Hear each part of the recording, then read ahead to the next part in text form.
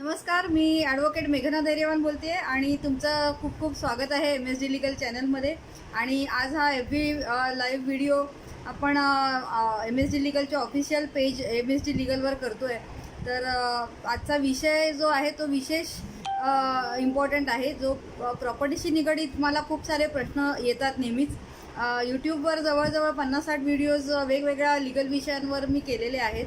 तर त्यामध्ये प्रामुख्याने प्रॉपर्टीशी निगडीत जे व्हिडिओज आहेत त्याच्यामध्ये कॉपरेटिव्ह सोसायटीशी निगडीत व्हिडिओ आहे, तसंच विल म्हणजे मृत्यूपत्राशी निगडीत व्हिडिओ आहे, नोटरी डॉक्युमेंट्स आणि त्याचे इम्पॉर्टन्स, त्याचं काय कशा पद्धतीने हे डॉक्युमेंट्स केले जातात ह्याच्यावरचा एक व्हिडिओ आहे.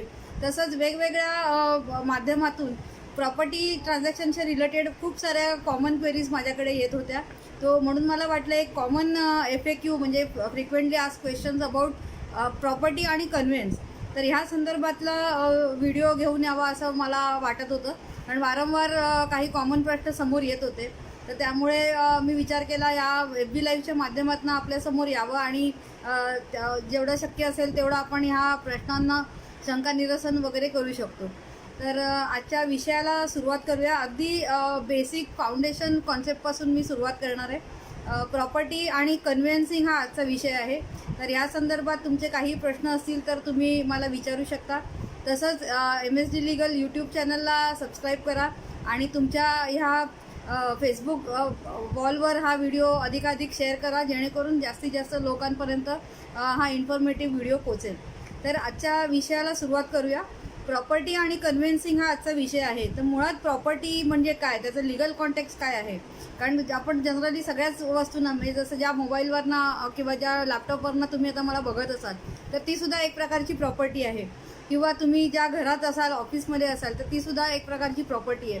तसंच सर्व प्रकारची cash, jewellery, James, precious stones हे सुद्धा एक प्रकारची प्रॉपर्टी आहे. तर जनरल कॉन्टेक्स्टमध्ये प्रॉपर्टी म्हणजे मालमत्ता हे आपल्याला माहिती असतं. मात्र लिगल कॉन्टेक्स्टमध्ये व्हॉट इज प्रॉपर्टी हे समजून घेणं खूप महत्त्वाचं आहे. तर लिगल कॉन्टेक्स्टमध्ये प्रॉपर्टीचे प्रामुख्याने 2 भाग आहेत, कॉर्पोरियल प्रॉपर्टी आणि नॉन कॉर्पोरियल प्रॉपर्टी. आता कॉर्पोरियल प्रॉपर्टीमध्ये पुन्हा 2 भाग आहेत की मुवेबल आणि इमूवेबल. म्हणजे जी मालमत्ता हस्तांतरित केली जाते किंवा जी एका जागेवरनं दुसऱ्या जागेवरनं हलवली जाते ती मुवेबल प्रॉपर्टी आहे.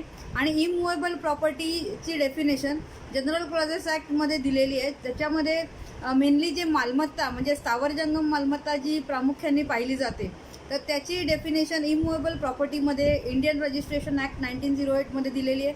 त्याचप्रमाणे जनरल क्लॉजेस ॲक्ट 1897मध्ये सुद्धा त्याची डेफिनेशन दिलेली आहे. आणि त्यामध्ये प्रामुख्याने लँड, बिल्डिंग, त्याच्यानंतर whatever is permanently fasten to land, म्हणजे समजा बिल्डिंग जर उभी असेल तर ती बिल्डिंग ही जमिनीवर कन्स्ट्रक्ट केलेली असते. So it is permanently fasten to land, so it is also immovable property.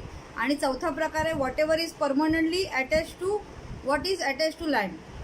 So जे जमिनीला समांतर आहे किंवा जमिनीवर उभं आहे जे स्ट्रक्चर आणि त्याच्यामध्ये जे फिक्चर्स आहेत, फॉर एक्झाम्पल तुमच्याकडे जर AC लावलेला असेल किंवा पंखा असेल तर तो पंखा किंवा AC ज्या वॉलला फिक्स केलेला असतो ती वॉल हा त्या स्ट्रक्चरचा भाग असतो.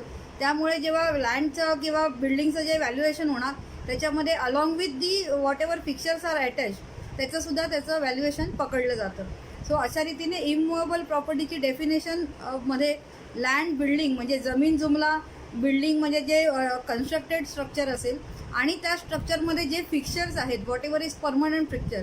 फॉर एक्झाम्पल जर पंखा, ट्यूबलाईट वगैरे जे लावलेले असतील तर ते परमनंटली लावलेले असतात. It is not removed on daily basis. So it is considered in the valuation of that property and it is part of that property. So that is immovable property, जो प्रामुख्याने आजचा आपला विषय असणार आहे. त्याच्यानंतर तिसरा प्रकार आहे इंटेलेक्च्युअल प्रॉपर्टी. तर इंटेलेक्च्युअल प्रॉपर्टीमध्ये आपल्याला माहिती आहे की ट्रेडमार्क्स, कॉपीराईट्स, त्याच्यानंतर जे पेटंट्स असतात, तर अशा प्रकारचे जे intellectual property which is not a physical property which cannot be seen, म्हणजे डोळ्या डोळ्याने आपण पाहू शकत नाही, मात्र ती एक स्किलनी डेव्हलप केलेली असते. तर अशा प्रकारची property he is considered as non corporeal, म्हणजेच इंटेलेक्च्युअल प्रॉपर्टीमध्ये त्याचा समावेश होतो. आणि इंटेलेक्च्युअल प्रॉपर्टीचे वेगवेगळे लॉज आपल्याकडे अवेलेबल आहेत, जसं ट्रेडमार्क्स ॲक्ट आहे, कॉपीराईट्स ॲक्ट आहे. तर रिस्पेक्टिव्ह ह्याच्यासाठी रिस्पेक्टिव्ह इंटेलेक्च्युअल प्रॉपर्टीसाठी वेगवेगळे इंडिव्हिज्युअल लेजिस्लेशन आपल्याकडे अवेलेबल आहेत. तसंच ट्रान्सफर ऑफ प्रॉपर्टी ही प्रामुख्याने इमूव्हेबल प्रॉपर्टी साठी आपण त्याच्यामध्ये बघतो. आणि इमूव्हेबल प्रॉपर्टीच्या संदर्भातले जे व्यवहार केले जातात, जे ट्रान्सफरचे प्रकार आपण पुढे बघणार आहोत, हे सगळे प्रामुख्याने ट्रान्सफर ऑफ प्रॉपर्टीज ॲक्ट 1988 प्रमाणे ग्राह्य धरले जातात आणि त्याच्याप्रमाणेच त्याचं रेग्युलेशन होतं. आणि जी मूव्हेबल प्रॉपर्टी आहे त्याचा समावेश हा सेल ऑफ गुड्स ॲक्ट 1930 ह्याच्याप्रमाणे केला जातो. प्रामुख्याने जे ट्रेडिंग कम्युनिटीज असतात त्याचा समावेश सेल ऑफ गुड्स ॲक्टमध्ये होतो. पण आजचा जो आपला विषय आहे तो प्रामुख्याने इमूव्हेबल प्रॉपर्टीशी निगडीत आहे आणि त्याच्यामध्ये कन्व्हेन्सिंग हा एक दुसरा पार्ट आहे आपल्या डिस्कशनचा. So conveyancing is nothing but transfer. As per transfer of property act section 5, transfer of property basically जे लिव्हिंग पर्सन्समध्ये, दोन जिवंत व्यक्तींमध्ये जो ट्रान्सफर होत असेल, जो प्रॉपर्टीचा व्यवहार होत असेल, तो प्रॉपर्टीचा व्यवहार हा प्रेझेंट ऑर फ्युचर म्हणजे जे त्याला आज प्रॉपर्टी राईट्स आहेत त्याच्यासाठी किंवा जे भविष्यामध्ये मिळणारे हक्क असतात एखाद्या जमिनीमध्ये किंवा ॲन्सेस्ट्रल राईट्स असतात, तर ह्या संदर्भातले सुद्धा ट्रान्सफर ऑफ प्रॉपर्टी ही ह्या लेजिस्लेशनच्या अंडर आपण करू शकतो. So section 5 of transfer of property defines what is conveyance. So conveyance is nothing but transfer of property between one hand to another. So एका माणसाकडून दुसऱ्या माणसाकडे जेव्हा प्रॉपर्टीचं हस्तांतरण परमनंटली होत असतं त्यावेळेला ते ट्रान्सफर ऑफ प्रॉपर्टी ॲक्टच्या अंडर त्याचं रेग्युलेशन होत असतं. आणि इंडियन रजिस्ट्रेशन ॲक्ट 1908मध्ये कुठलीही इमूव्हेबल प्रॉपर्टीची व्हॅल्यू जिथे 100 रुपयाहून अधिक आहे तिथे ती डॉक्युमेंट कंपल्सरीली रजिस्टरेबल डॉक्युमेंट होते. अन्यथा ती जी ट्रान्सफर होते ती व्हॅलिड ट्रान्सफर असत नाही. आणि म्हणूनच ट्रान्सफर ऑफ प्रॉपर्टीज ॲक्ट आणि इंडियन रजिस्ट्रेशन ॲक्ट ह्या कंजंक्शन जर तुम्ही बघितलं तर any immovable property which is above 100 rupees and it is under transfer by means of different modes of transfer जे आता आपण डिस्कस करणार आहोत is to be transferred along with the registered document only. बरेचदा आपण बघतो की स्पेशली SRAच्या ज्या रूम्स असतात किंवा अशा प्रकारच्या ज्या चाळीमध्ये वगैरे ज्या रूम्स असतात किंवा बऱ्याचदा छोट्या सिटीजमध्ये गावांमध्ये जी लँडचे व्यवहार केले जातात हे पॉवर ऑफ अटॉर्नीवर केले जातात, 100 रुपयाच्या स्टॅम्प पेपरवर केले जातात. तर हे कुठलेही वैध व्यवहार नाही आहेत, ह्याला कुठलेही कायद्याचं बंधन नसतं. कारण का ते जर 100 रुपयाच्या वरची प्रॉपर्टी असेल जी अर्थातच कुठल्याही जमिनीचा तुकडा किंवा कुठलीही structured property is always above 100 rupees.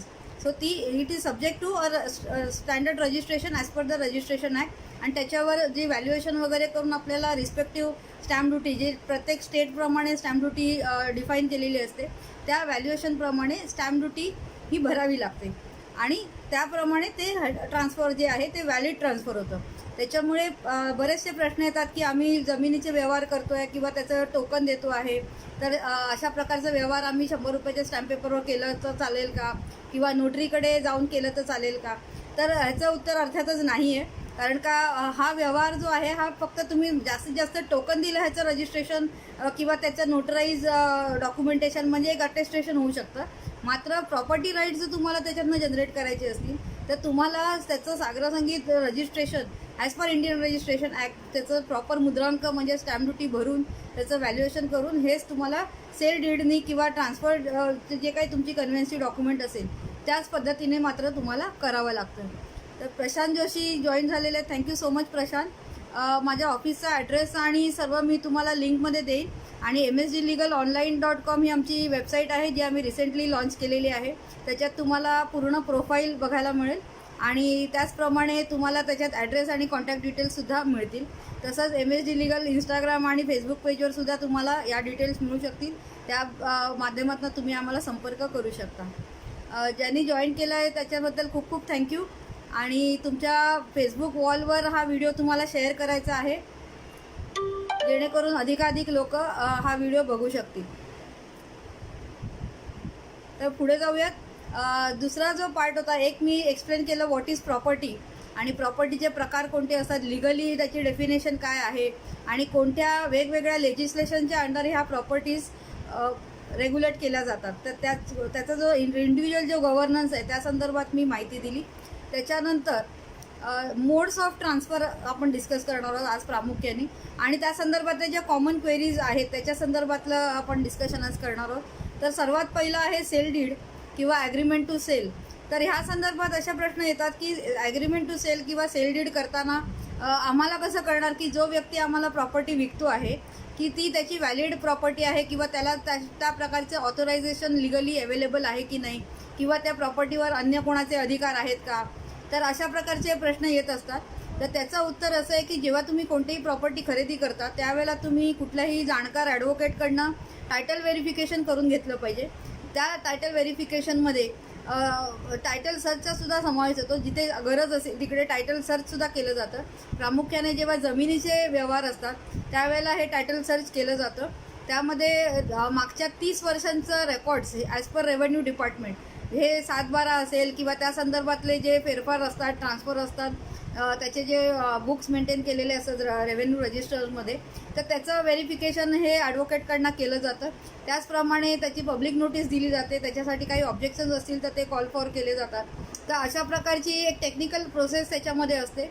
त्याच संदर्भातले जे चेन ऑफ टायटल आहे तर हे सुद्धा ते ॲडव्होकेट तपासत असतात की जो माणूस तुम्हाला विकतो आहे तर त्या व्यक्तीकडे ती जागा कशा पद्धतीने आलेली आहे, तो त्याचा व्हॅलिड ओनर आहे की तो पॉवर ऑफ अटॉर्नी होल्डर आहे की तो वारस आहे, त्याच्यामध्ये अजून पण कोणी वारस आहेत का, इतर कुठल्या लोकांचे त्याच्यामध्ये हक्क समाविष्ट आहेत, किंवा त्याच्यावर कुठलं मॉर्गेज आहे का, कुठल्या बँकेकडनं मॉर्गेज वगैरे असेल. तर अशा पद्धतीचा तपास हा टायटल व्हेरिफिकेशनमध्ये प्रत्यक्ष स्पॉट इन्स्पेक्शननी तसंच रेव्हेन्यू रेकॉर्ड्सचं स्क्रुटिनी करून आणि जे पेपर्स आपल्यासमोर असतात म्हणजे जे डॉक्युमेंट्स त्यांनी दिलेले असतात तर त्याचं व्हेरिफिकेशन करून अशा प्रकारचा लिगल चेक त्या संदर्भात केला जातो.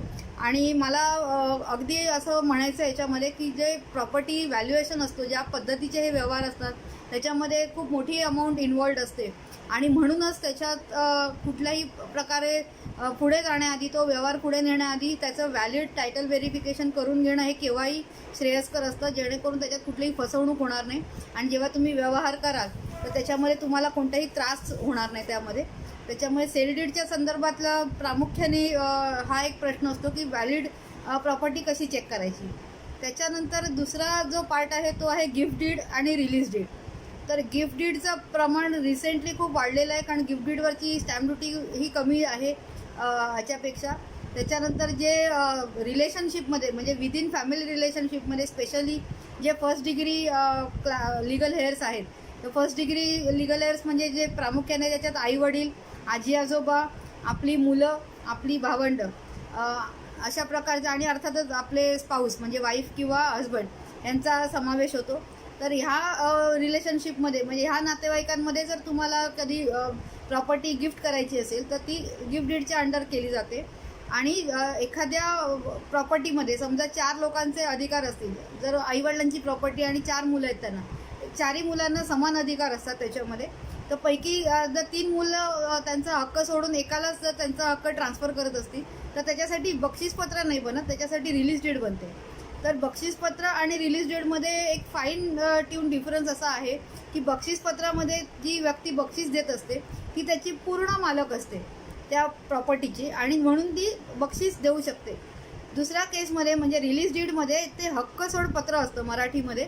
तर हक्कसोड म्हणजे जे which is a part of property, त्या ज्या व्यक्तीचा इंटरेस्ट असतो तो लिमिटेड इंटरेस्ट असतो त्या प्रॉपर्टीमध्ये आणि जेवढा त्याचा अधिकार असेल तेवढीच तो ट्रान्सफर हा by way of release deed करत असतो. तर रिलीज आणि गिफ्ट ह्या 2 वेगवेगळ्या कॉन्सेप्ट आहेत टोटली. आणि अर्थात त्याचं लिगल हे जे आहे ते सेमच आहे. अल्टिमेटली प्रॉपर्टी जी आहे ती टोटली दुसऱ्या व्यक्तीला पूर्ण ओनरशिप ही गिफ्ट डीडनी किंवा रिलीज डीडनी ट्रान्सफर होत असते.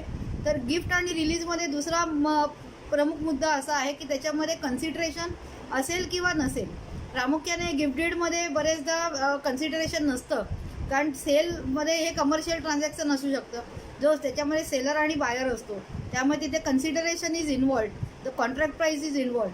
त्याच्यानंतर गिफ्टमध्ये it can be free or it can be with some nominal amount or it can be some token value. तर त्याच्यामध्ये कन्सिडरेशन असेल किंवा नसेल, so it is by way of gift. आणि रिलीजमध्ये सुद्धा it can be by way of gift or it can be by value for nominal amount or for any token amount. But it cannot be for any commercial transaction. जर commercial transaction असेल तर ती sale deed consider केली जाते. त्यानंतर आपल्याकडे दुसरा जो प्रकार आहे तो आहे रेंट ॲग्रीमेंट. सो रेंट ॲग्रीमेंटमध्ये पुन्हा 2 वेगवेगळे प्रकार आहे, लिव्ह लायसन्स आणि लीज. तर ह्याच्यासाठी खूप सारे फोन्स येतात आम्हाला की जे गुगलवर लिव्ह लायसन्स अवेलेबल आहे ते आम्ही केलं तर चालेल का, ऑनलाईन लिव्ह लायसन्स केलं तर चालेल का, रजिस्टर करण्याची गरज असते का. तर ह्याच्यामध्ये म्हणजे टोटॅलिटीमध्ये मला असं सांगायचं आहे की कुठलीही ॲग्रीमेंट जी प्रॉपर्टी ही ट्रान्सफर कोणत्याही प्रकारे, आता तुम्ही पोझेशन देता किंवा त्याच्यामध्ये कोणत्याही प्रकारचे हक्क ट्रान्सफर करता, त्यावेळेला ती रजिस्टर्डच असली पाहिजे, जेणेकरून पुढे जाऊन जर कुठल्याही प्रकारचा वाद उपस्थित झाला तर तुम्हाला त्याच्यामध्ये जो लिगल डॉक्युमेंट असतो तो त्याचा बेसिस असतो आणि त्या संदर्भात तुम्हाला तुमचे सिव्हिल राईट्स एक्सरसाइज करता येतात, कोर्टामध्ये दाद मागता येते.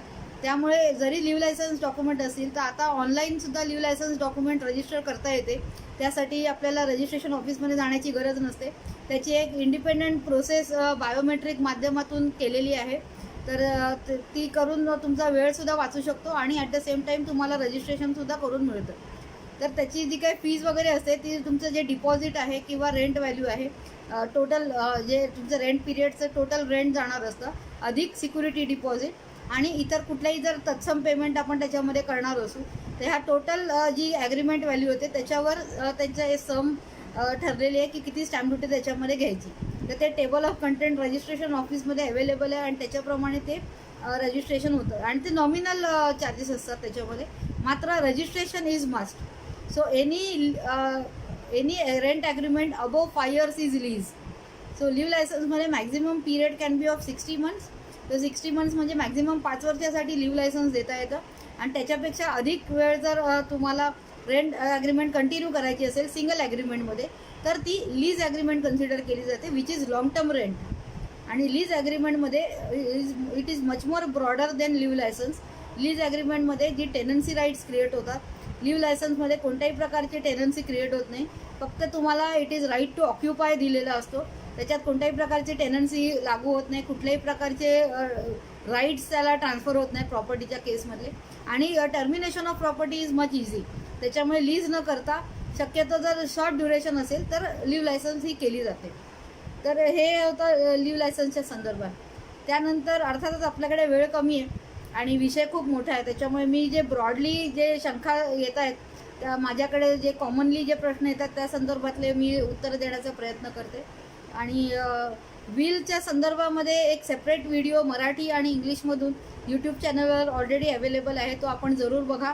त्याच्यामध्ये अतिशय सविस्तर डिस्कशन मी मृत्यूपत्राच्या संदर्भात केलेलं आहे की कशा पद्धतीने मृत्यूपत्र एक्झिक्यूट केलं जातं, त्याची प्रोसिजर काय आहे, रजिस्ट्रेशन कशा पद्धतीने करायचं असतं आणि कशा विटनेसेस त्याचे जे इतर रिक्वायरमेंट्स असतात किंवा कोण मृत्यूपत्र करू शकतं, त्याच्यामध्ये काय काय प्रॉपर्टीज तुम्ही त्याचा समावेश करू शकता, अशा सगळ्या गोष्टींचा सविस्तर उहापोह मी त्या व्हिडिओमध्ये केलेला आहे. त्यामुळे तो व्हिडिओ आपण नक्की बघा. तो यूट्यूबवर माझ्या MSD लिगल चॅनलवर अवेलेबल आहे.